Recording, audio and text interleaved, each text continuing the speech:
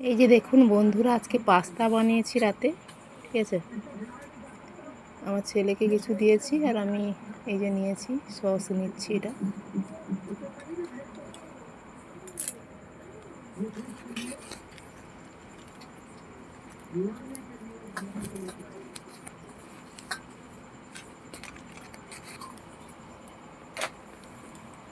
এই যে দেখুন,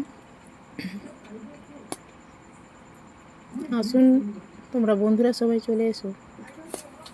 পাস্তা বানিয়েছি, এই যে এটা সসটা মাখিয়ে নিচ্ছি, এবার খাচ্ছি।